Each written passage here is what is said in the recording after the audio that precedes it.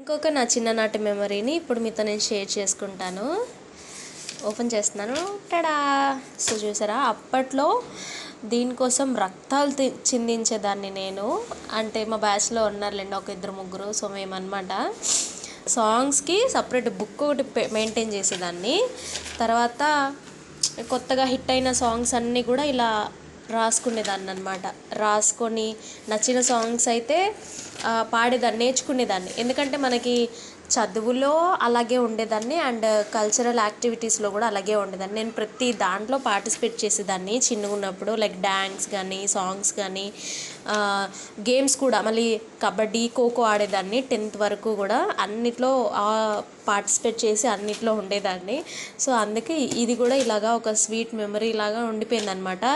రీసెంట్గా నేను ఇల్లు సర్దుతుంటే ఈ బుక్ బయటపడింది. సో ఇది ఒకసారి మీకు చూపిద్దామని చెప్పి వీడియో తీస్తున్నాను.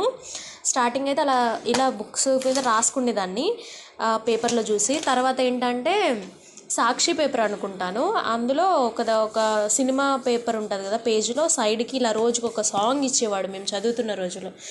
అప్పుడు ఇది ఇలా కట్ చేసుకొని న్యూస్ పేపర్ తెచ్చుకొని, న్యూస్ పేపర్ ఎలా తెచ్చుకునే వాళ్ళం, పట్టుపురుగులు చేస్తారు కదా, పట్టుపురుగులు సాగు చేసే వాళ్ళు ఉంటారు కదా, సో వాళ్ళు న్యూస్ పేపర్ ఎక్కువ యూజ్ చేసేవారు అనమాట.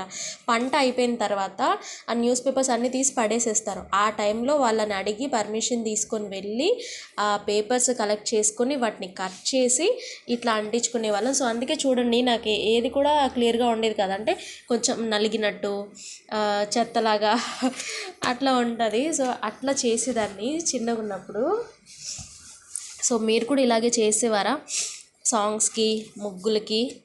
నేనైతే ముగ్గులు కూడా నేర్చుకుందాం అనుకున్నాను, కానీ ముగ్గులు రాలేదు, కానీ సాంగ్స్ అయితే నేర్చుకున్నాను. సో